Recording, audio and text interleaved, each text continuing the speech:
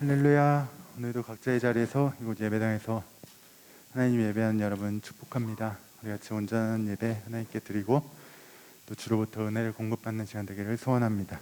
우리 같이 구주의 십자가 보혈로 찬양하겠습니다.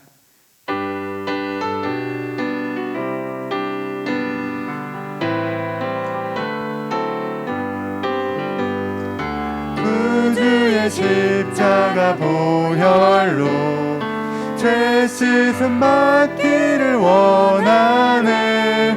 내 죄를 씻으신 주 이름 찬송합시다. 찬송합시다. 찬송합시다. 내 죄를 씻으신 주 이름 찬송합시다. 죄악을 속하여 주신 주 내 속에 들어와 계시네. 십자가 앞에서 주 이름 찬송합시다. 찬송합시다. 찬송합시다. 내 죄를 씻으신 주 이름 찬송합시다. 주 앞에 흐르는 생명수 날 씻어 정하게 하시네. 내 기쁨 정성을 다하여 찬송합시다. 찬송합시다. 찬송합시다. 내 죄를 씻으신 주 이름 찬송합시다. 내 주께 회개한 영혼은 생명수 가운데 젖었네. 흠없고 순전한 주 이름 찬송합시다. 찬송합시다. 찬송합시다. 내 죄를 씻으신 주 이름 찬송합시다.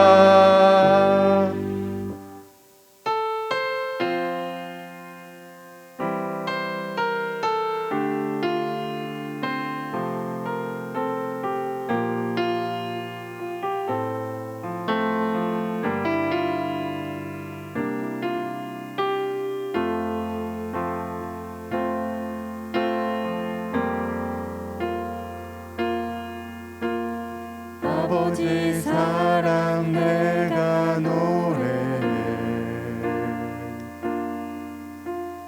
아버지 은혜 내가 노래해. 그 사랑 변함없으신 거짓 없으신 성실하신 그 사랑 상한 갈 때 꺾지 않으시는 꺼져가는 등불 끄지 않는 그 사랑 변함없으신 거짓 없으신 성실하신 그 사랑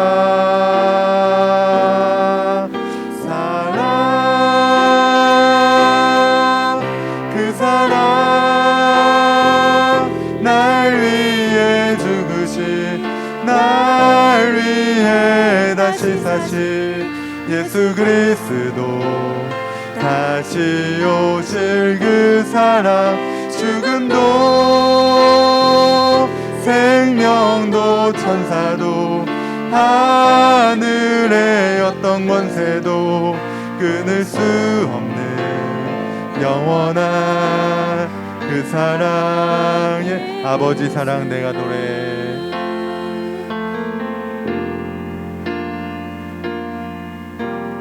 아버지 사랑 내가 노래해.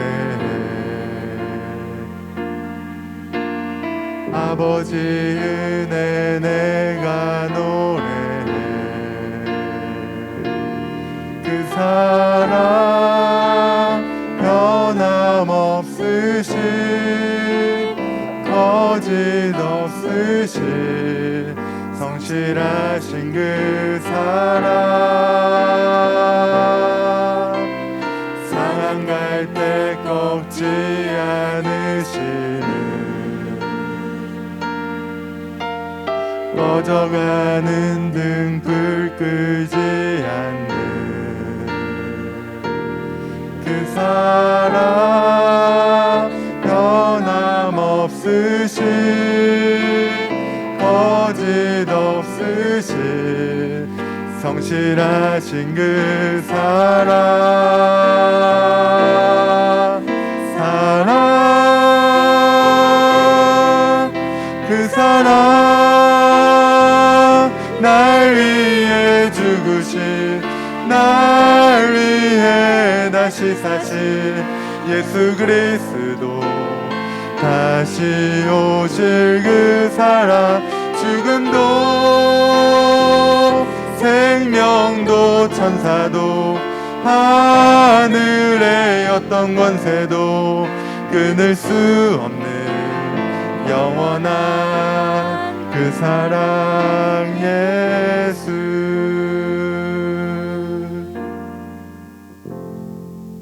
우리 다 같이 일어나셔서 내는 주의 영광을 보내 같이 찬양하겠습니다.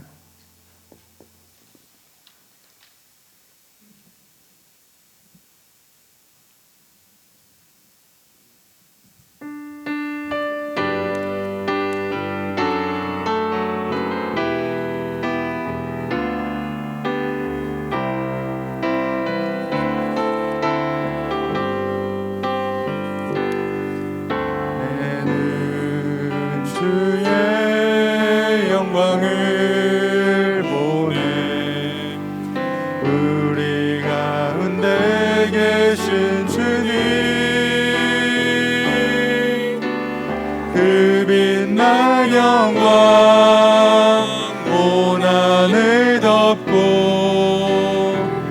그 찬송 온 땅 가득해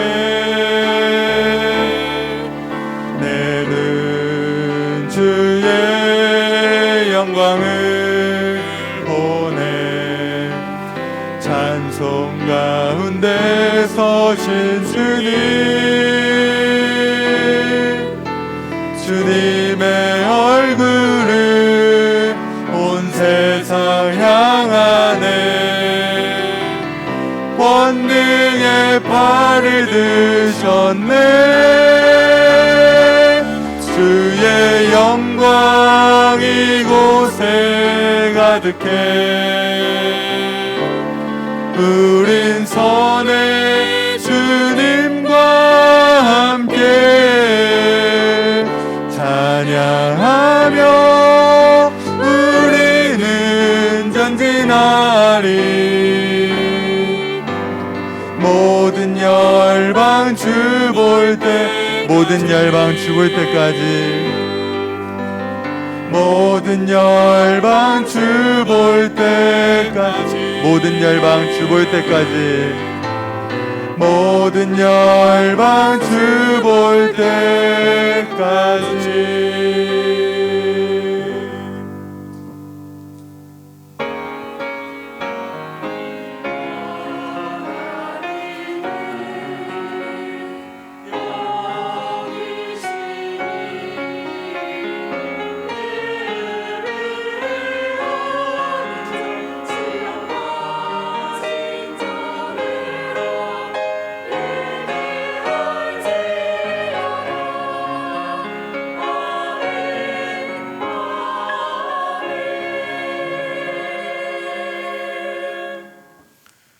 제자들이 가서 예수께서 명하신 대로 하여 나귀와 나귀 새끼를 끌고 와서 자기들의 겉옷을 그 위에 얹음에 예수께서 그 위에 타시니 무리의 대다수는 그들의 겉옷을 길에 펴고 다른 이들은 나뭇가지를 베어 길에 펴고 앞에서 가고 뒤에서 따르는 무리가 소리 높여 이르되 호산나 다윗의 자손이여 찬송하리로다 주의 이름으로 오시는 이여 가장 높은 곳에서 호산나 하더라. 아멘. 사랑이 많으신 하나님, 오늘 거룩한 주일을 우리 가운데 허락하여 주셔서 이 아침에 주님의 보좌 앞에 서서 하나님을 예배하게 하심을 감사합니다. 오늘은 특별히 2000년 전 예수님께서 이 땅에 왕으로 오심을 기념하고 또 감사하면서 종료주일 예배로 하나님 앞에 드립니다. 예배당과 그리고 각 처소에서 하나님을 예배할 때 그곳 가운데 임재하여 주시고 또 하나님께서 이 예배를 기쁘게 받아 주시옵소서. 이 시간 주님의 보혈의 피를 의지하여 주님 앞에 나아갑니다.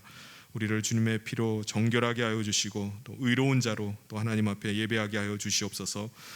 주께서 오직 영광 받으시고 또 모든 예배를 주님이 주장하시고 인도하시기를 간절히 소원하며 예수님 이름으로 기도하옵나이다. 아멘. 사도신경으로 우리의 신앙을 하나님 앞에 고백하겠습니다. 전능하사 천지를 만드신 하나님 아버지를 내가 믿사오며 그 외아들 우리 주 예수 그리스도를 믿사오니 이는 성령으로 잉태하사 동정녀 마리아에게 나시고 본디오 빌라도에게 고난을 받으사 십자가에 못 박혀 죽으시고 장사한 지 사흘 만에 죽은 자 가운데서 다시 살아나시며 하늘에 오르사 전능하신 하나님 우편에 앉아 계시다가 저리로서 산 자와 죽은 자를 심판하러 오시리라. 성령을 믿사오며 거룩한 공회와 성도가 서로 교통하는 것과 죄를 사하여 주시는 것과 몸이 다시 사는 것과 영원히 사는 것을 믿사옵나이다. 아멘. 모두 자리에 앉으셔서 다 같이 찬송가 140장 함께 찬송하겠습니다.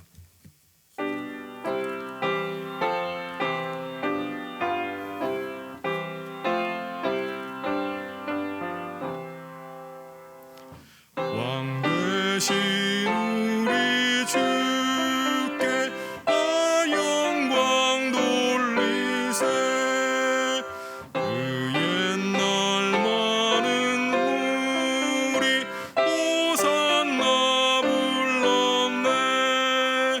다윗의 자손으로 세상에 오시어 왕 위에 오른 주께 다 영광 돌리세. 저 천군 천사들이 호산나 부르니 뒤따라가던 무리 나와 가도다. 저 유대 백성같이 종려같이 들고 오시는 주를 맞아 호산나 부르세.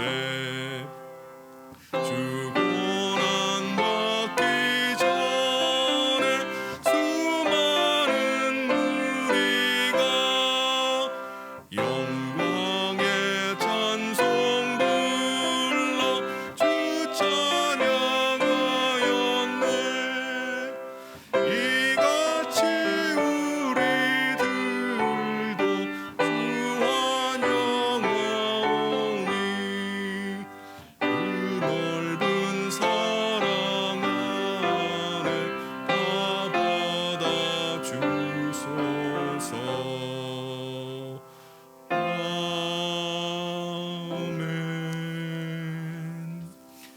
이 시간 윤양식 장로님 나오셔서 우리를 위해서 기도 인도해 주시겠습니다.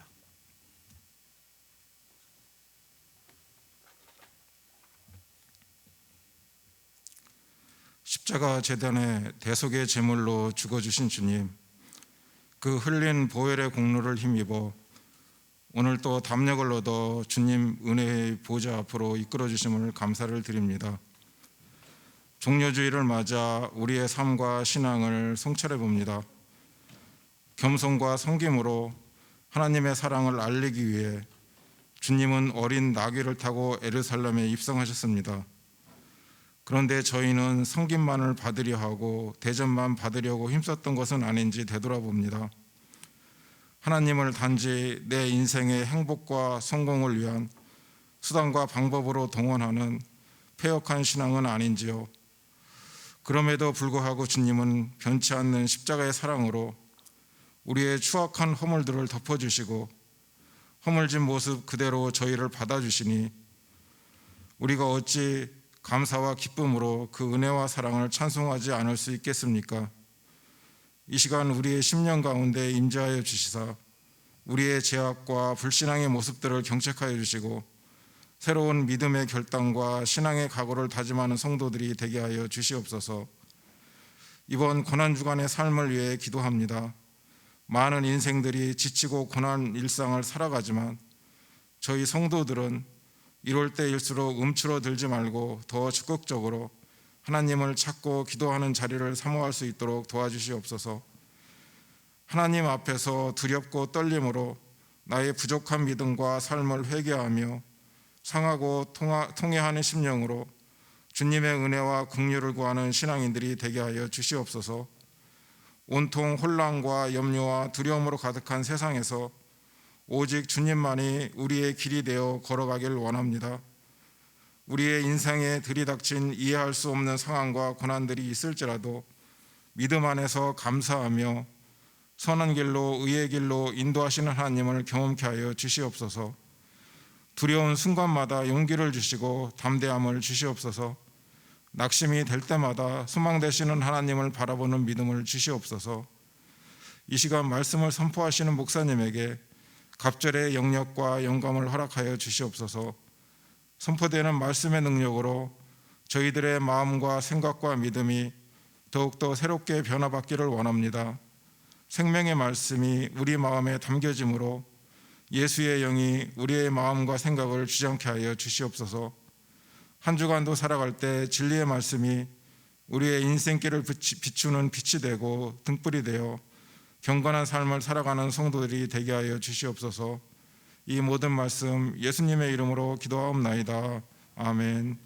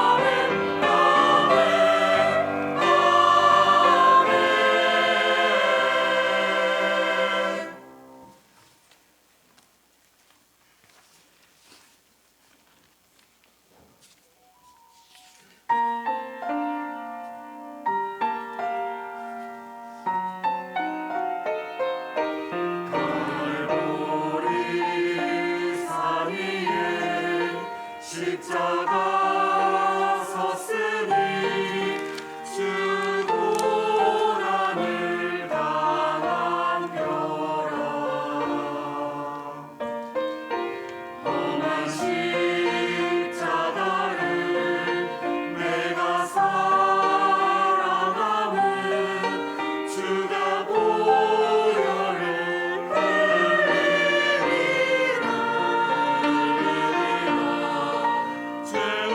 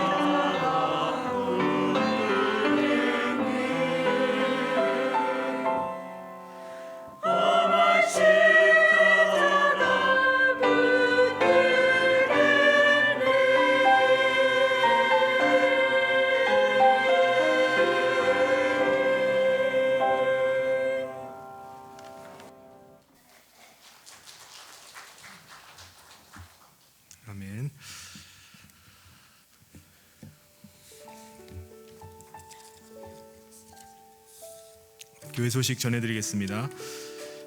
우리 주일 예배는 모든 예배, 주일 예배를 비롯한 모든 예배가 현장 예배로 함께 드립니다. 그리고 온라인 실시간 예배도 가능한데요. 허락하신 자리에서 온전한 예배를 드리실 수 있기를 바랍니다. 오늘은 종료 주일로 하나님 앞에 예배합니다. 내일부터 고난주간이 시작이 됩니다. 그리고 고난주간 때마다 새벽기도, 특별 새벽기도회를 갖는데요. 4월 11일 내일부터 15일 금요일까지 새벽 5시 30분에 이곳에서 십자가의 그 사랑이라는 그 주제를 가지고 함께 새벽기도를 갖겠습니다. 우리 모든 성도님들이 이 고난주간에 함께 새벽기도를 통해서 고난을 깊이 묵상하고 또 하나님의 은혜 가운데 거하는 귀한 시간 되기를 바랍니다. 차량 운행이 필요하신 분들을 위해서 차량 운행을 합니다. 우리 신청해 주시면은 차량 운행을 하도록 하겠사오니 우리 교육자 사무실에 신청해 주시기 바랍니다. 그리고 이번 주 금요일은 성금요일 성찬 예배가 있습니다. 저녁 8시 30분에 이곳 본당에서 있고요. 또 한 주간 기도하시는 가운데 우리 성찬식에 참석해 주시기를 바랍니다. 그리고 다음 주일이 이제 부활 주일인데 새벽 5시 30분에 부활절 감사 예배를 드리고요. 부활절을 맞이해서 호산나 찬양대에서 부활절 칸탄타를 준비했습니다. 우리 부활절을 맞이해서 또 감사한 마음으로 예배할 수 있기를 바랍니다. 제4기 성경적 부모 교실 우리 8주간 진행이 되었는데요. 여기에 6분이 모두 수료를 했습니다. 그래서 광고 후에 수료증을 전달하는 시간을 갖도록 하겠습니다. 전교인 한마음 성경통독 세 번째 성경통독이 이제 끝이 났는데요. 아직 완독을 못하신 분들이 있으면은 4월 16일까지 완독을 마치시고 우리 교육자 사무실에 말씀해 주시기 바랍니다.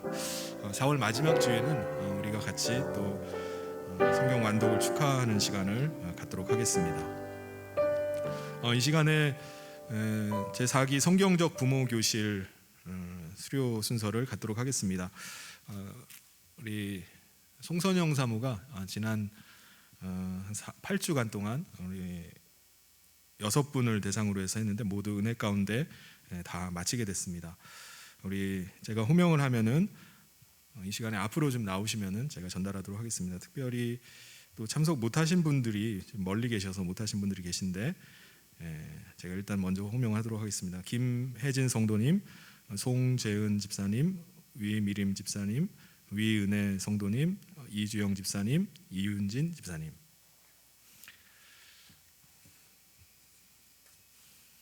네, 앞으로 나오시기 바랍니다. 부부가 함께 참석하기도 하고 혼자 이렇게 참석하신 분도 계신데요.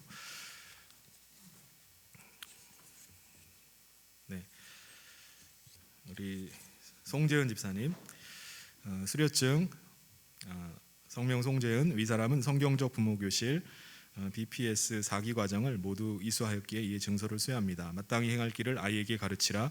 그리하면 늙어도 그것을 떠나지 아니하리라. 잠언 22장 6절. 2022년 4월 10일 성현교회 담임 목사 백성균. 네. 감사합니다. 네, 그리고 이윤진 집사님 수료증 성명 이윤진 내용은 똑같습니다.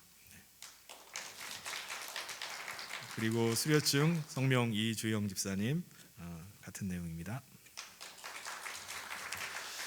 네, 우리 돌아서 잠시 인사 나누고요. 그리고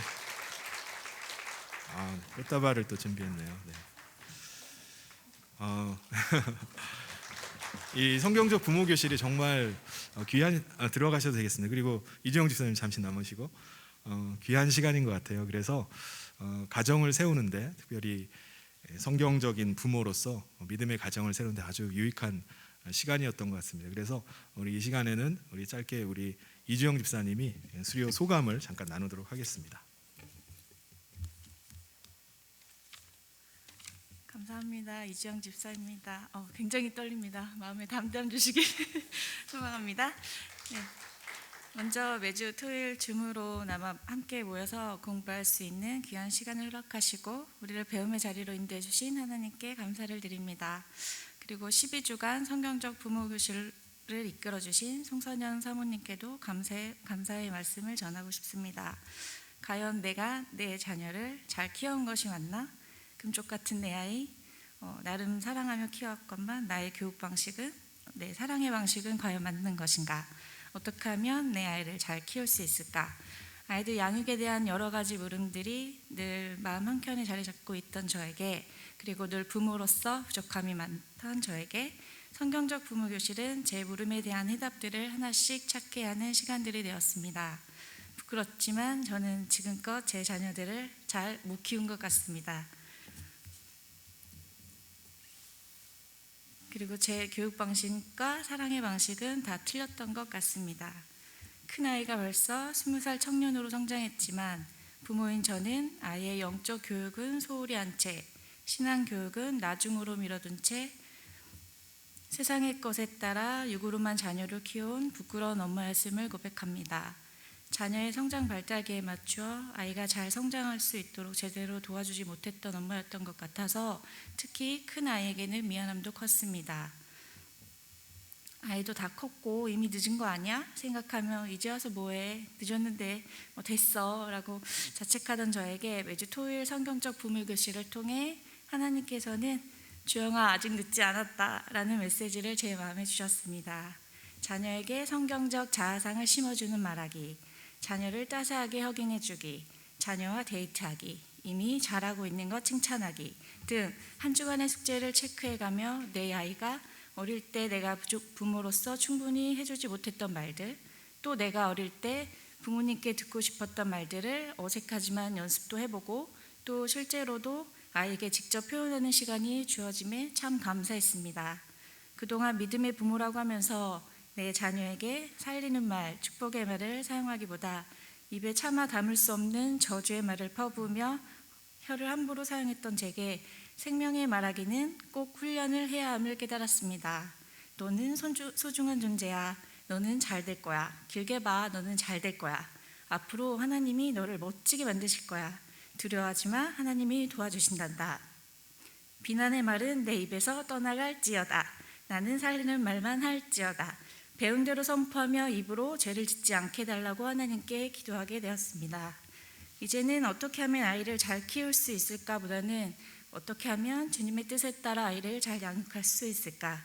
어떻게 하면 내 아이가 하나님을 1대1로 만날 수 있을까를 생각하게 되니 내 아이가 하나님을 인격적으로 깊이 만날 수 있도록 자녀의 신앙을 위해 끊임없이 기도해 주어야겠다고 다짐하게 되었습니다.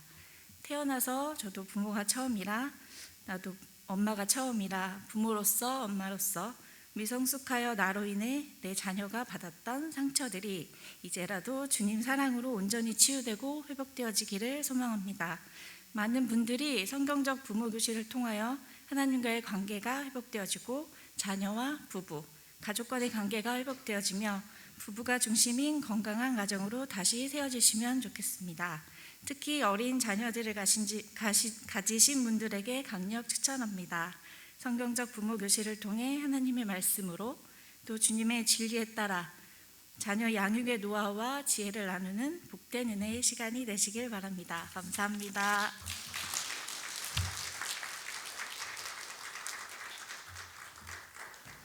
네, 소중한 나눔 감사합니다.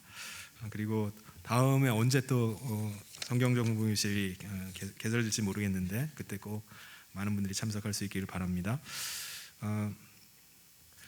제가 위에 보니까 우리 김원지 집사님이 나오셨어요. 우리 작년 추석 때 그때 김원지 집사님 어려움 가운데 있을 때 우리 성도들이 다 같이 기도하고 또 도와줘서 우리 건강한 모습으로 우리 회복되어서 지금 중 2층에 지금 앉아 계시는데요. 너무 감사를 드립니다. 의사는 6개월도 못 산다고 얘기했었는데 이게 또 건강하게 네, 우리 집사님 위해서 계속해서 기도해 주시기를 바랍니다. 하나님께서 오늘 우리에게 주신 말씀 함께 보도록 하겠습니다. 스가랴서입니다. 스가랴 9장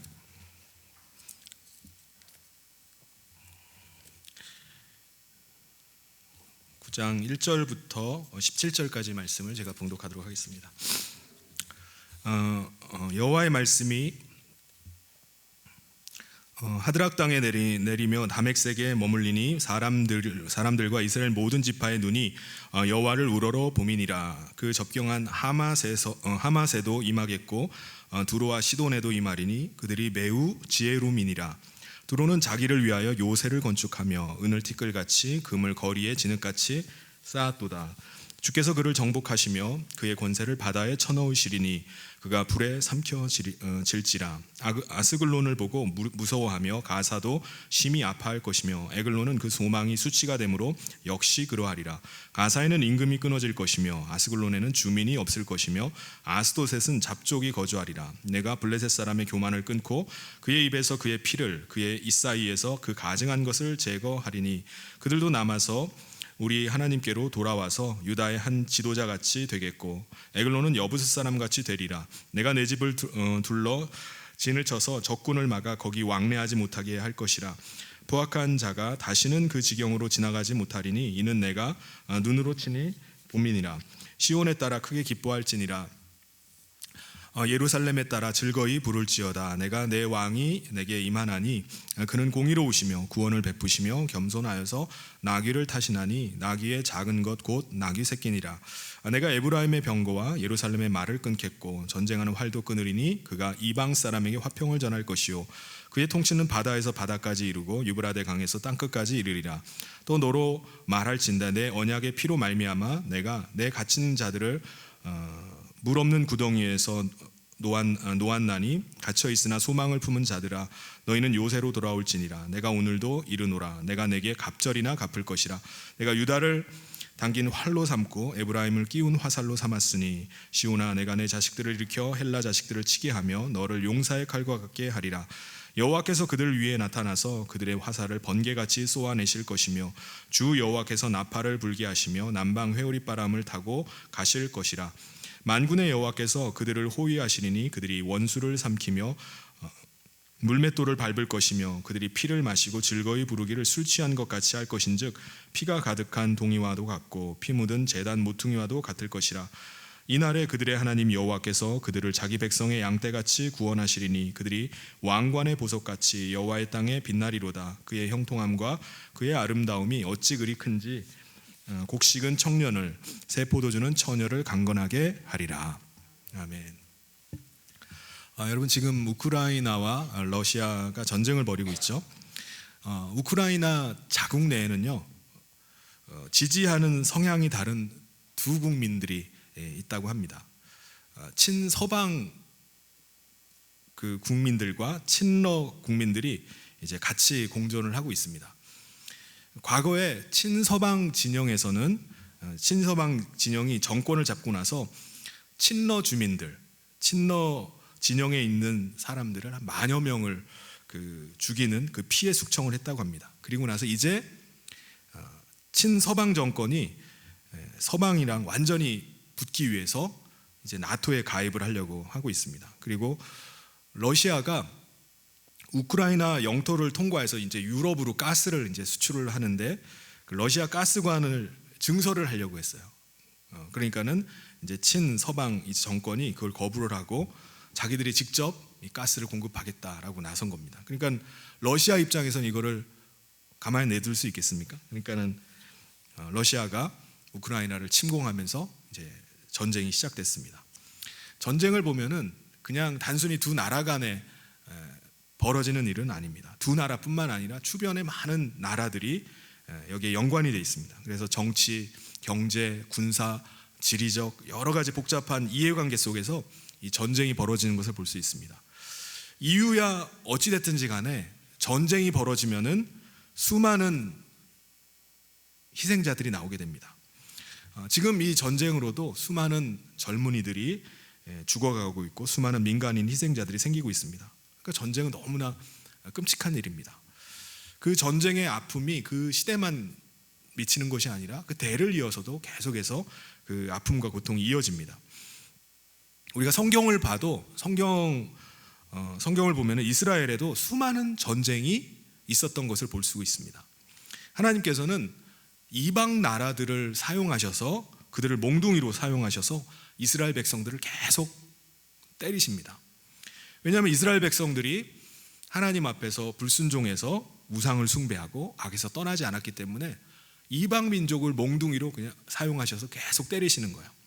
그럴 때마다 이방 민족에게 얻어맞고 나서 그들이 깨닫고 하나님 앞에 돌아서는 겁니다. 그런데 선지자들이 계속해서 경고했음에도 불구하고 이스라엘 백성들이 유다 백성들이 계속해서 불순종하고 악에서 떠나질 않는 거예요. 그 결과 어떻게 되죠?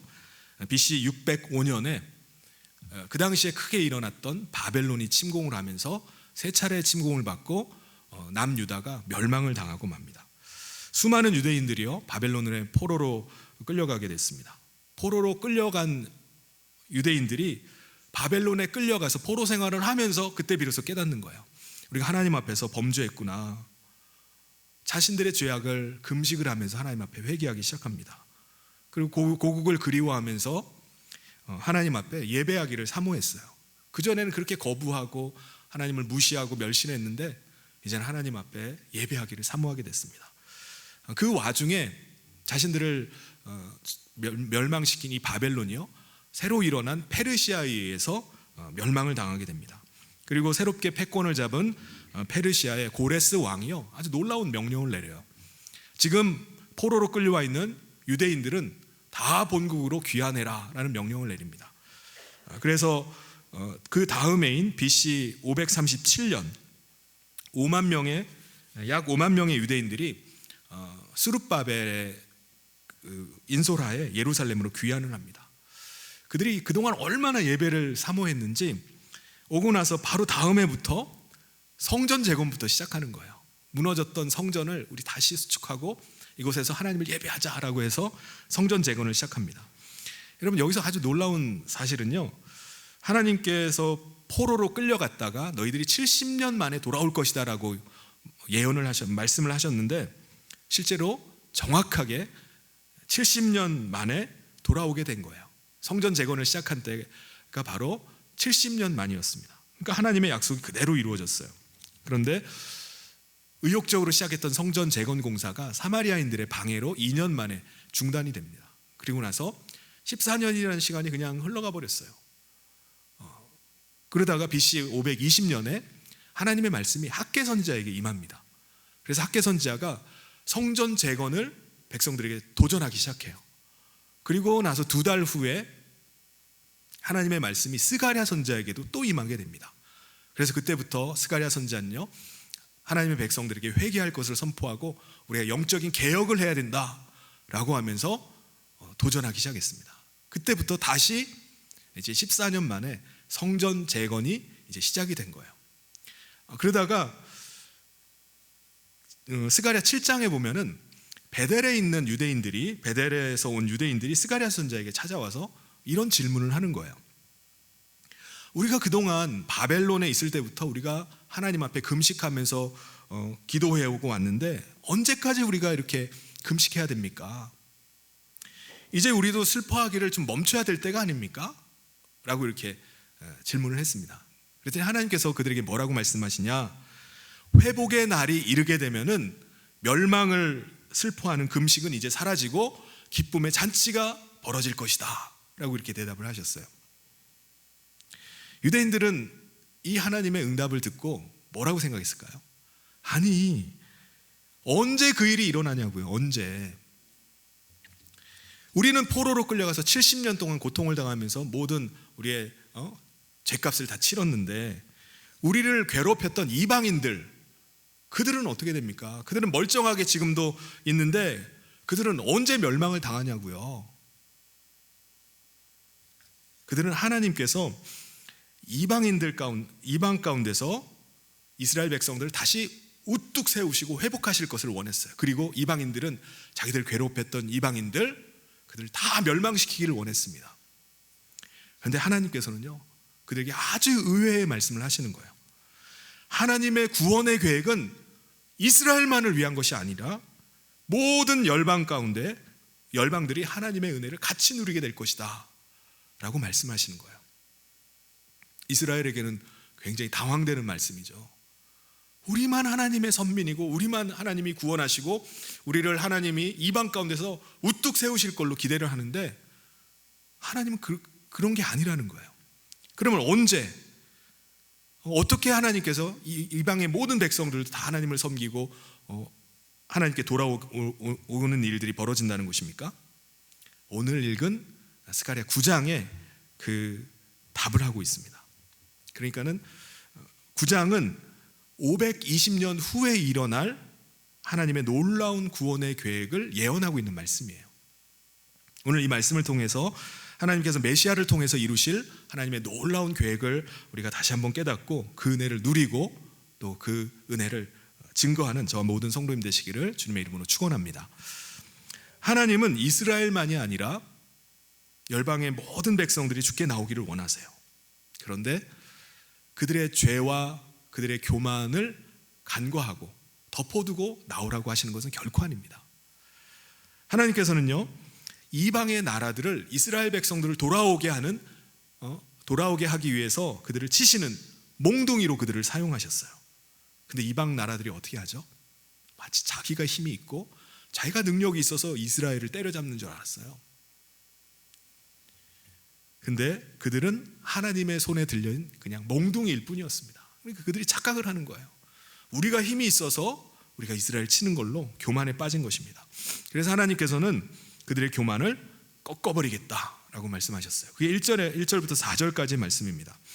여호와의 말씀이 하드락 땅에 내림에 다메섹에 머물리니 사람들과 이스라엘 모든 지파의 눈이 여호와를 우러러 보미니라. 그 접경한 하맛에도 임하겠고 두로와 시돈에도 임하리니 그들이 매우 지혜로움이니라. 두로는 자기를 위하여 요새를 건축하며 은을 티끌같이 금을 거리에 진흙같이 쌓았도다. 주께서 그를 정복하시며 그의 권세를 바다에 쳐넣으시리니 그가 불에 삼켜질지라. 여기 뭐라고 말씀하죠? 여호와의 말씀이 내린다라고 이렇게 말씀합니다. 이 말은 여호와께서 경고하신다는 거예요.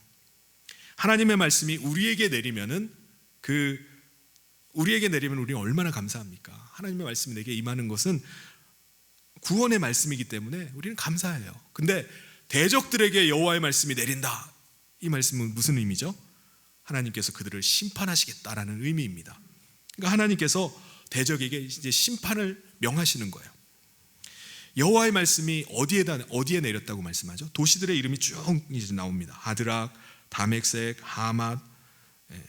이 도시들은 당시의 아람 나라의 도시들입니다. 지금으로 말하면 시리아에 있는 도시들이었어요. 다멕색은 아람의 수도격이었습니다. 그리고 두로와 시돈이 나오는데 여기는 지금으로 말하면 레바논에 있는 그 지중해 연안에 있는 항구 도시들이 두로와 시돈이에요. 이 두로와 시돈은요, 항구 도시로 아주 무역과 상업이 아주 발달했던 도시들입니다. 성경은 두로와 시돈이 아주 지혜롭다고 말씀하는데 그들의 지혜는 하나님에 대한 지혜가 아니라 세상의 처세술과 상술이 아주 뛰어났다는 말씀입니다. 그들이 상술이 얼마나 뛰어나서 불을 쌓았는지 그 정도가 어느 정도냐면요, 은을 티끌같이 할 정도로, 금을 거리에 진흙같이 쌓을 정도로 어마어마한 부를 이루었다고 말씀합니다. 그러니까 그들이 얼마나 교만하겠어요. 세상 무서운 것이 아무것도 없는 족속이 바로 두로와 시돈이었습니다. 그들은 또 요새를 건축했다고 하는데 그들은 해안가에 이제 항구 도시라고 했잖아요. 해안가에다가 그 성을 쌓았습니다. 그래서 적이 쳐들어오면은 섬과 그 앞에 있는 섬으로 왔다 갔다 하면서 공격을 피하는 겁니다.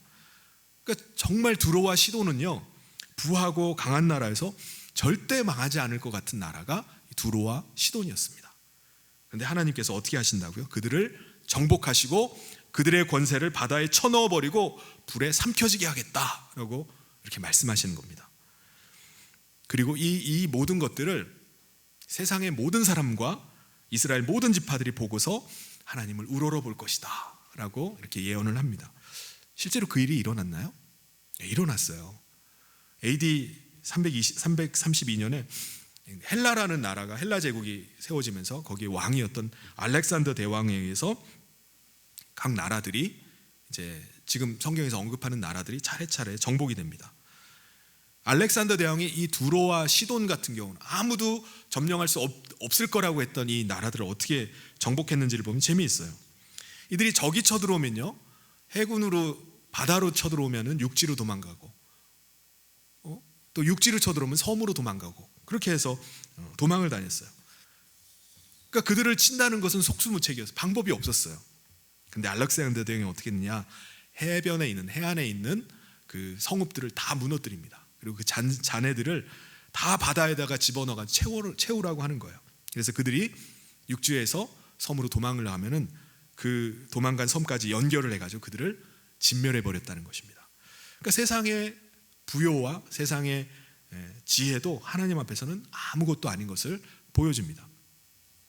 그 다음에 보면 또 다른 이제 이방의 도시들이 나와요. 5절부터 7절까지 보면은 아스글론이 보고 두려워하며 가사도 심히 아파할 것이며 에글론은 그 소망이 수치가 되므로 역시 그러하리라. 가사에는 임금이 끊어질 것이며 아스글론에는 주민이 없을 것이며 아스도셋은 잡족이 거주하리라. 내가 블레셋 사람의 교만을 끊고.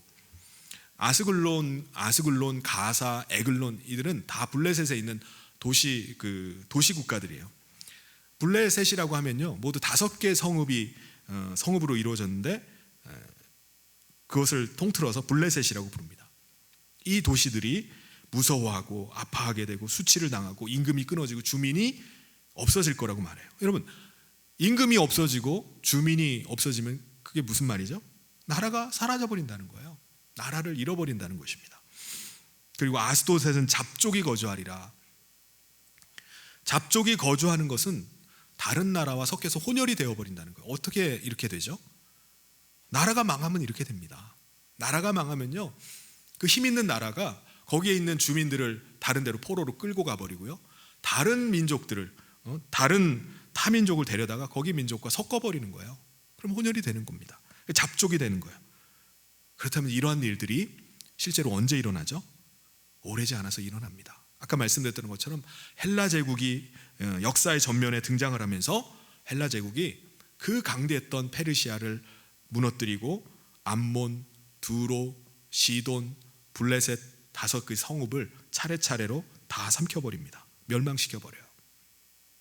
그러니까 하나님의 말씀대로 그 일들이 이루어집니다. 그런데 하나님의 계획은 뭡니까? 이들을 다 멸망시키고 끝내버리는 건가요? 그게 아니었어요. 하나님의 계획은 블레셋 민족도 하나님의 백성이 되고 하나님을 섬기게 하는 데 있었습니다. 7절에서 말씀합니다. 그의 입에서 그의 피를, 그의 입 사이에서 그 가증한 것을 제거하리니 그들도 남아서 우리 하나님께로 돌아와서 유다의 한 지도자같이 되겠고 에글론은 여부스 사람같이 되리라. 블레셋 사람들은 무슨 아주 혐오스러운 우상 숭배를 한 것 같아요. 뭘 날걸로 이렇게 먹은지 입에 막 피가 묻고 입 사이에 고기 덩어리가 끼어 있다고 말씀하는데, 하나님께서는 그들의 그 더러운 행위들, 악한 우상 숭배하는 행위들을 그들에게 다 제거해 버리시겠다. 그리고 그들이 하나님의 백성이 되어서 백성으로 살게 하겠다라고 말씀을 하시는 겁니다. 7절에 보면은 그들도 남아서 하나님께로 돌아온다라고 말씀하는데, 그들도 남은 자처럼 하나님께 돌아와서 유다의 지도자처럼 되게 하겠다. 그리고 에글론은 여부스 사람 같이 되리라라고 말씀합니다. 여러분, 예루살렘에 본래 거주하던 원주민이 누군지 아십니까? 여부스 족속이었어요. 그런데 다윗 왕이 여기를 여부스 족속을 침공을 해가지고 그 땅을 다 뺏어버린 겁니다. 그리고 거기다가 왕궁을 세우고 성전을 세운 거예요. 그게 예루살렘입니다.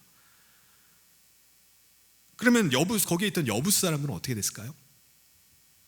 이방인이었지만 다윗을 통해서 하나님을 알게 되었고 하나님을 경배하는 사람들이 된 것입니다. 이와 같이 블레셋의 중심인 에글론도 하나님 앞에 나오게 될 것이다. 그들도 여부스 백성처럼 하나님의 백성이 될 것이다 라고 그렇게 말씀을 하는 겁니다. 여러분, 여기서 이스라엘 백성들이 착각하고 있는 것이 무엇이죠? 그들은 하나님은 우리 이스라엘만을 위한 하나님이다 라고 생각을 했던 것입니다. 그런데 어떻습니까? 하나님은 이스라엘만을 위한 하나님인가요? 아니라는 거예요. 하나님은 이스라엘 민족만을 위한 하나님이 결코 아니라고 말씀합니다. 하나님은 모든 민족의 하나님이세요. 하나님께서는 다만 이스라엘을 먼저 부르신 것은 이 이스라엘을 통해서 만민이 구원받는 축복의 통로로 하나님께서 사용하시고자 그들을 먼저 부르신 것입니다. 사랑하는 성도 여러분, 우리도 마찬가지입니다. 나는 구원받았다고 안심하고 있고 다른 믿지 않는 사람들 보니까 저는 악한 사람들, 하나님은 저런 사람들 심판 안 하시나? 라고 생각하고만 있고 나의 안위만을 구하고 우리가 살아간다면 우리는 이스라엘과 똑같이 착각을 하고 있는 것입니다. 하나님께서 우리를 먼저 부르신 것은요, 우리를 통해서 다른 사람을 구원하시기 위해서입니다. 먼저 믿은 우리를 위해서 우리의 가족이 구원되기를 원하시고 우리의 친구와 이웃들 가운데 구원이 임하시기를 원하시기 때문입니다. 여러분, 하나님은 어떤 분이시죠? 하나님은 정의로운 심판을 행하시는 분일 뿐만 아니라 놀라운 구원의 역사를 이루시는 분이세요. 이방인이라도 하나님의 집에 들어온 사람은 하나님의 집사람이 되는 거예요. 집. 우리는 어떤 사람이 됐습니까? 우리도 하나님의 집에 들어온 사람이죠. 하나님의 집 사람이에요. 하나님께서는요, 이렇게 이방인이라 할지라도 하나님의 집에 들어온 사람에 대해서 어떻게 하시겠다고 말씀합니까? 8절에서 내가 내 집을 둘러 지인을 쳐서 적군을 막아 거기 왕래하지 못하게 할 것이라. 포악한 자가 다시는 그 지경으로 지나가지 못하리니 이는 내가 눈으로 치니 봄이니라. 하나님이 내 집에 진을 둘러친다는 거예요. 그래서 집 둘레에 진을 둘러치면 어떻게 돼요? 적들이 들어올 수가 없는 거예요. 포악한 자들이 절대로 다니지 못하게 됩니다. 어떻게 이 일이 가능합니까? 내가 친히 눈으로 봄이라. 하나님께서 밤낮으로 지키시고 보호하셔서 적들과 포악한 자들이 절대로 집 안으로 들어오지 못하도록 막으신다고 약속을 하십니다. 이 말씀을 보면 예수님께서 베드로에게 하신 말씀과 그 맥락이 같아요. 예수님께서 뭐라고 말씀하셨죠? 내가 이 반석 위에 교회를 세우리니 음부의 권세가 해하지 못하리라. 예수님을 영접하고 예수님의 집 사람이 된 주님과 한 몸을 이룬 주님의 몸 된 교회는 음부의 권세가 건들지 못하도록 하시겠다는 거예요. 그렇다면 어떻게 하나님의 집에 들어갈 수 있을까요? 하나님은 이 수많은 민족을 하나님이 어떻게 구원하실까요? 9절에서 말씀을 합니다. 9절. 시온에 따라 크게 기뻐할지어다. 예루살렘에 따라 즐거이 부를지어다. 보라, 내 왕이 내게 임하시나니 그는 공의로우시며 구원을 베푸시며 겸손하여서 나귀를 타시나니 나귀의 작은 것 곧 나귀 새끼니라. 하나님은 시온에 따라 기뻐해라. 예루살렘에 따라 즐거이 불러라. 내가 왕을 보내겠다라고 말씀하십니다. 그 왕은 어떤 왕이시죠? 공의로 구원을 베푸시는 왕. 여러분, 하나님의 공의대로라면은 죄인들은 다 어떻게 해야 되죠? 다 심판해야 됩니다. 죄인들은 남아나질 않아요. 다 멸망시켜야 돼요. 근데 그 왕은 그 죄인들도 구원을 베푸시는 왕이라는 거예요. 공의와 구원을 함께 이루시는 왕. 그러니까 모든 죄인까지도 하나님께로 인도하는 놀라운 구원자가 오신다. 그분이 누구죠? 작은 나귀 새끼를 타고 오시는 분이라는 거예요. 여러분, 우리가 생각할 때 왕은 뭘 타야 될까요? 말을 타고 오시는 거 생각합니다. 말을 타야죠. 당시에 다른 왕들은요, 다른 나라의 왕들은 다 말을 타고 다녀요. 말은 엄청나게 빨리 달립니다. 그러니까 전쟁을 이끄는 왕이라면요, 당연히 말을 타야죠. 따그닥따그닥 나귀를 타고 있으면 어떻게 합니까? 그런데 공의로 구원을 베푸실 왕은 나귀를 타고 오신다는 거예요. 그것도 아주 작은 나귀 새끼를 타고 오신다는 겁니다. 여러분, 그 나귀를 타고 오시는 왕은 누구시죠? 누구십니까? 예수님입니다. 예수 그리스도.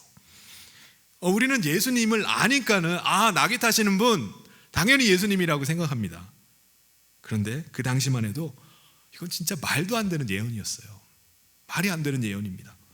아니, 구원자라면 말을 타고 와야 되는데 그것도 보통 말이 아니라 아주 크고 멋진 말을 타고 오셔야지 그게 구원자인데, 아니, 나귀 새끼를 타고 온다고? 설마 아무리 그래도 그렇지 이건 말도 안 되는 얘기야. 이해할 수 없는 예언이었어요. 그런데 이 말씀이 언제 이루어집니까? 2000년 전에 예루살렘으로 입성하실 때 나귀를 타고 오시는 분이 계셨어요. 그분이 바로 예수 그리스도이십니다. 그러면 예수님은 왜 나귀를 타고 이 예언되었던 말씀대로 나귀를 타고 예루살렘에 입성하셨을까요? 나귀 새끼는 빨리 달리지도 못해요. 힘도 없습니다. 그리고 나귀는요, 짐을 나르는데 사용하려고 키우는 가축입니다. 그러니까 약한 나귀 새끼를 타고 오시는 예수님은 어떤 왕이시라는 거죠? 평화의 왕이시고 겸손한 왕이시라는 거예요. 그래서 나귀를 타고 임하셨습니다. 그 평화의 왕, 겸손의 왕께서 오시니까 어떤 일을 하십니까? 10절 말씀에 보니까 내가 에브라임의 병거와 예루살렘의 말을 끊겠고 전쟁하는 활도 끊으리니 그가 이방 사람에게 화평을 전할 것이요 그의 통치는 바다에서 바다까지 이르고 유브라데 강에서 땅끝까지 이르리라. 전쟁에 쓰는 병거, 말, 활 이걸 다 꺾어버리겠다는 거예요. 한마디로 메시아가 오시면 전쟁을 끝내버리시겠다는 것입니다. 그로 인해서 바다에서 바다까지 땅끝까지 모든 전쟁이 끝나고 평화가 임하게 하겠다라고 말씀하십니다. 여러분, 예수님께서 이 땅에 오셔서 가장 먼저 하신 일이 뭔지 아십니까? 요한일서 3장 8절에 보면은 하나님의 아들이 나타나신 것은 마귀의 일을 멸하려 하심이라. 예수님은 왕으로 오셔서 가장 먼저 마귀를 정죄하셨습니다. 마귀에게 사형 선고를 내리셨어요. 마귀는 사형 집행이 이루어질 때까지, 실제로 형이 이루어질 때까지, 그때가 언제죠? 주님이 재림하시는 날, 그때까지 자기의 권세가 있다고 주장하는 거예요. 그래서 자기의 종들을 속여서 계속해서 지금도 자기가 권세 있는 자라고 이 땅의 통치자라고 속이면서 사람들을 끌어모으지만은 이건 최후의 발악일 뿐입니다. 왜 그렇죠? 예수님께서 이미 마귀를 정죄하셨기 때문이에요. 마귀를 멸하고 승리하셨기 때문입니다. 마귀는요, 왕이신 예수님 앞에 두려워 떨 수밖에 없어요. 마귀는 예수님 앞에만 서면은 두려워서 힘 못 쓰고 도망갈 수밖에 없습니다. 이게 마귀의 존재예요. 그러므로 예수님으로 인해서 온 땅에 평화가 임하게 된 것입니다. 그렇다면 메시아이신 예수님은 어떻게 백성들을 구원하시죠? 어떻게 모든 이 열방의 죄인들을 하나님의 백성 삼으실까요? 11절에서 말씀합니다. 또 너로 말할진대 내 언약의 피로 말미암아 내가 내 갇힌 자들을 물 없는 구덩이에 놓았나니 갇혀 있으나 소망을 품은 자들아 너희는 요새로 돌아올지니라. 내가 오늘도 이르노라. 내가 내게 갑절이나 갚을 것이라. 하나님께서는 뭐 때문에 구원하신다고요? 언약의 피 때문에 그들을 구원하신다라고 말씀합니다. 여러분, 언약의 피가 뭡니까? 출애굽기 24장 8절에 보면요, 모세가 하나님의 율법을 받아가지고 백성들 앞에 낭독을 하니까 백성들이 막 감격을 하는 거예요. 그러면서 우리가 하나님의 율법대로 살겠습니다. 그러면서 언약의 피로 막 서명을 하는 거예요. 근데 그들이 어떻게 하죠? 그 언약을 깨버려요. 여러분, 언약이라는 것은요, 쌍방이 지켜야지 이게 유효합니다. 근데 한쪽에서 언약을 깨버리면 이게 유효합니까? 이스라엘 백성들이 일방적으로 언약을 깨버리고 언약을 파기시켜버렸어요. 끝난 거잖아요. 근데 하나님은 어떻게 하시죠? 하나님은 인간이 비록 언약을 파기했다 할지라도 이 언약의 피, 여기에 근거를 해서 그들을 구원하시겠다는 거예요. 여러분, 언약을 파기하면요, 누군가가 피를 흘려야 돼요. 언약을 파기한 사람이 피를 흘려야 되는데 하나님께서 피를 흘리시겠다는 거예요. 내가 친히, 예수님께서 그 친히 피를 흘리시고 그 언약대로 그들을 구원하겠다는 것입니다. 그래서 나는 너희 하나님이 되고 너희는 내 백성이 되겠다. 그리고 나는 그 언약을 계속해서 지켜나가겠다라고 말씀하시는 겁니다. 그래서 12절에 보면 갇혀 있으나 소망을 품은 자들아라고 부르십니다. 갇혀 있지만 소망을 품은 자들, 그들을 하나님께서 안전한 요새로 돌아오게 하시고 갑절이나 그들을 잃어버린 것들을 갚아주시겠다고 말씀합니다. 하나님의 은혜가 갑절이나 부어진다는 거예요. 그들이 돌아오기만 하면은. 그러니까 여러분, 우리는 세상 가운데 갇혀 있는 자들, 마귀의 종으로 살고 있는 자들이라 할지라도 그들을 향한 하나님의 마음을 놓쳐서는 안 됩니다. 세상에 갇혀 있는 자들, 마귀의 종된 자들을 우리가 보기에는 이 사람 진짜 안 될 것 같아, 이 사람은 그냥 지옥 가야 돼 라고 한다 할지라도, 아무리 악한 자다 할지라도 그들이 하나님의 소망 가운데 들어오기만 하면 하나님께서 갑절의 은혜를 그들 가운데 부어주시겠다는 것입니다.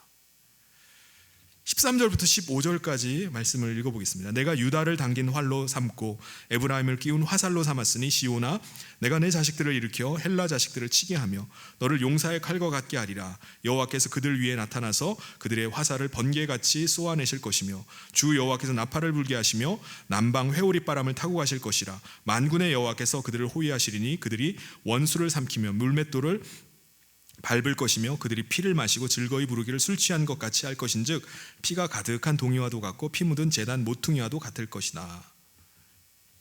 하나님께서 이제부터 유다의 자식들을 당긴 활과 에브라임의 자식들을 끼운 화살로 삼아서 헬라 자식들을 치는데 도구로 사용하실 것이다 라는 말씀을 하시는 겁니다. 이게 13절부터 15절까지 내용이에요. 지금까지 하나님의 백성들은 어땠나요? 맨날 여기 치고 저기서 당하고 여기서 터지고 포로로 잡혀가고 정말 찌질한 모습들이었습니다. 그런데 만군의 하나님께서 그들과 동행하실 때 그 백성들을 이제 사용하겠다는 거예요. 지금까지는 하나님께서 이방 나라들을, 하나님의 백성들을 깨우는데 몽둥이로 사용하셨어요. 근데 이제부터는 이게 바뀐다는 거예요.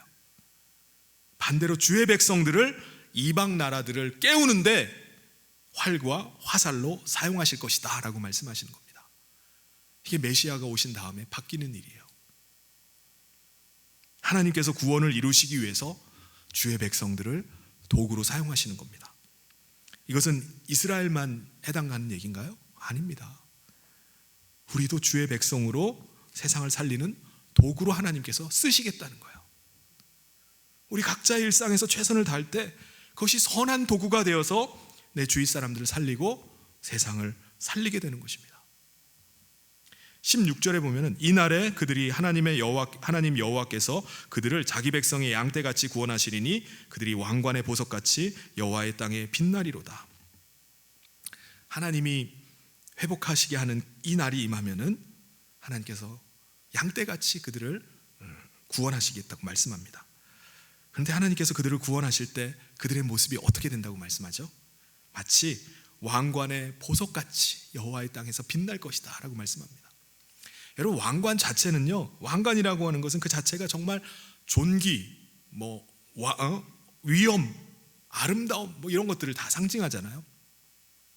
그런데 그 왕관을 정말 빛나게 하는 거, 하이라이트가 뭐죠?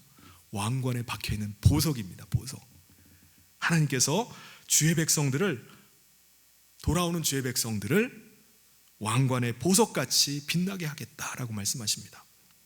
그리고 그들의 강건함과 아름다움이 얼마나 큰지 17절에 이렇게 말씀합니다. 그의 형통함과 그의 아름다움이 어찌 그리 큰지 곡식은 청년을, 세포도주는 처녀를 강건하게 하리라. 마치 총각들은 햇곡식을 먹어서 아주 튼튼하고, 그리고 처녀들은 세포도주를 마시고 활짝 피어난 것처럼 그렇게 형통하고 건강하고 아름다울 것이라고 말씀합니다. 이게 바로 주의 구원이 우리 가운데 임하게 될 때 우리의 삶에 변화가 일어날 것을 말씀해요. 우리의 삶이 왕관에 빛나는 보석같이 될 거라는 거예요. 그리고 우리의 인생이 활짝 피어나서 형통하고 아름다운 생으로 변화될 것을 말씀합니다. 여러분, 이 말씀을 주실 때 당시 그들의 상황이 어땠나요? 변한 게 하나도 없었어요. 여전히 그들은 갇혀 있는 자들이었습니다. 돌아오기는 했지만은 여전히 같은 마음이었어요. 하나님을 오해하고 있고요, 하나님을 거부하고 하나님의 말씀에 귀를 닫고 등을 돌리고 있었습니다. 그런데 그들이 주님과의 관계가 바뀌는 날, 그들이 다시 주님을 향하고 그들이 은혜를 구하고 하나님 앞에 하나님이 왕 되심을 인정하고 그 앞에 엎드릴 때, 하나님과의 관계가 회복될 때, 그때 하나님께서 그들에게 변화를 주신다는 거예요. 그리고 하나님과의 관계가 회복된 주님의 백성들은 어떻습니까? 왕관의 보석같이 빛나는 인생이 되는 겁니다. 활짝 피어난 그런 매력적인 삶이 되는 것입니다. 아무리 숨겨놔도 그 빛을 감출 수가 없는 거예요. 모든 사람들이 다 주목할 수밖에 없는 그런 인생으로 하나님께서 변화시킨다는 거예요. 상황이 변해서 달라지는 건가요? 아니에요. 상황은 똑같아요.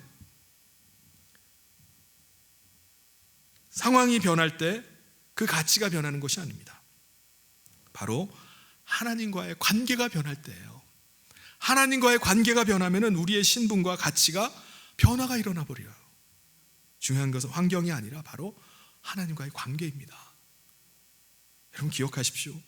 저와 여러분은 낙이 타고 오시는 메시아 예수님을 왕으로 모신 사람인 줄 믿습니다.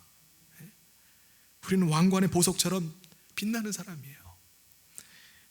젊은이들과 같이 강건하고 형통하고 아름다움을 바라는 삶을 살아가는 사람인 줄 믿습니다.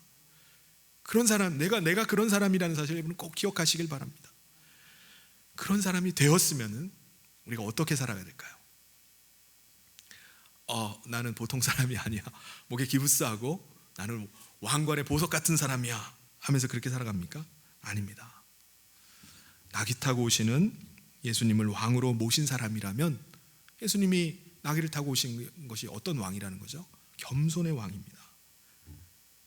예수님이 진짜 온 우주의, 온 세상의 왕이시지만은 겸손하셔서 이 세상을 섬기신 것처럼 우리도 또한 섬기는 자가 되어야 됩니다. 사랑하는 성도 여러분, 예수님을 모신 나귀와 같이, 나귀 새끼와 같이 내가 주님을 모시고 있는 자라는 사실을 여러분 꼭 기억하시길 바랍니다. 그래서 세상 가운데서 겸손하게 주님의 영광을 위해서, 또 주어진 삶에 최선을 다하는 가운데 하나님의 영광을 세상 가운데 증거하는, 주님이 우리를 다시 회복시키시고 왕관의 보석처럼 빛나게 하시고 우리를 젊은이들과 같이 강건하고 형통하고 아름답게 변화시키실 분이라는 사실을 우리가 증거하는 저와 모든 성도님 되시기를 주님의 이름으로 축원합니다. 같이 기도하겠습니다. 하나님 아버지 감사합니다. 오늘 우리가 종려주의를 맞이하여서 2000년 전에 나귀 새끼를 타고 예루살렘에 입성하신 메시아 예수 그리스도를 함께 나누게 하심을 감사합니다. 이 땅 가운데 죽을 수밖에 없는 죄인이지만 하나님께서 모든 이방인들까지도 하나님이 메시아를 통해서 구원하시고 그들 가운데 하나님의 놀라운 변화들이 있게 하심을 감사합니다. 하나님, 우리가 나귀 새끼를 타고 오신 예수님의 겸손하심과 같이 우리도 겸손하여서 세상을 섬기게 하여 주시고 우리를 통해서 많은 사람들이 주께로 돌아오는 역사가 있게 하여 주시옵소서. 하나님의 도구로 귀하게 쓰임받게 하여 주시고 우리를 통해서 하나님 많은 사람들이 보석같이 빛나는 삶, 또 하나님 젊은이들과 같이 형통하고 강건하고 또 아름다운 삶을, 변화된 삶을 살아가는 역사들이 우리를 통해서 많이 일어날 수 있도록 하나님 함께하여 주시옵소서. 감사하며 예수님 이름으로 기도하옵나이다. 아멘. 우리 다 같이 자리에서 일어나셔서 우리 마지막 찬송하면서 봉헌하도록 하겠습니다.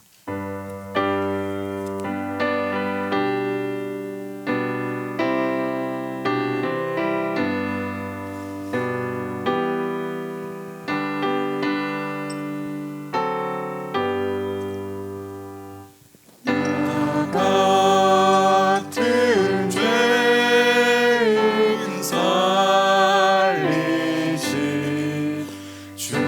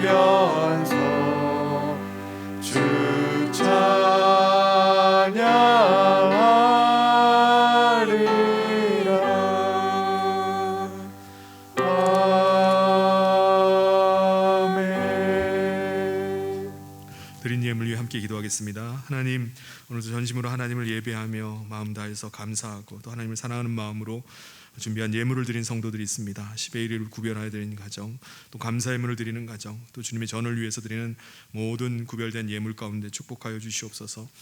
주께서 모든 물질의 그 헌신을 받아주시고 은혜를 더하여 주시옵소서. 우리 모든 성도들 마지막 때에 왕관의 보석 같은 빛나는 우리 성도들 되길 원합니다. 마지막 때 모든 성도들이 주의 손에 들려서 세상에 갇힌 자들을 주께로 인도하는 도구로 사용되게 하여 주시옵소서. 우리 성도들이 나귀 새끼와 같이 주님 모신 자로 겸손히 우리 가정과 또 직장 또 모든 세상을 섬기는 가운데 하나님의 놀라운 역사들, 갑절의 은혜들이 부어지는 놀라운 역사들이 있게 하여 주시옵소서. 그래서 우리 모든 사람들이, 우리 모든 성도들이 하나님의 자녀임을 알게 하여 주시옵소서. 감사드리며 예수님 이름으로 기도하옵나이다. 아멘. 지금은 우리 주 예수 그리스도의 은혜와 하나님 아버지의 사랑하심과 성령님의 감동 교통 위로 축복하심이 나귀 새끼를 타고 오신 예수님과 같이 겸손하여서 세상을 섬기는 가운데 하나님의 놀랍게 쓰임 받기를 소원하는 사랑하는 모든 성도들 위해 지금부터 영원토록 함께 있을지어다. 아멘.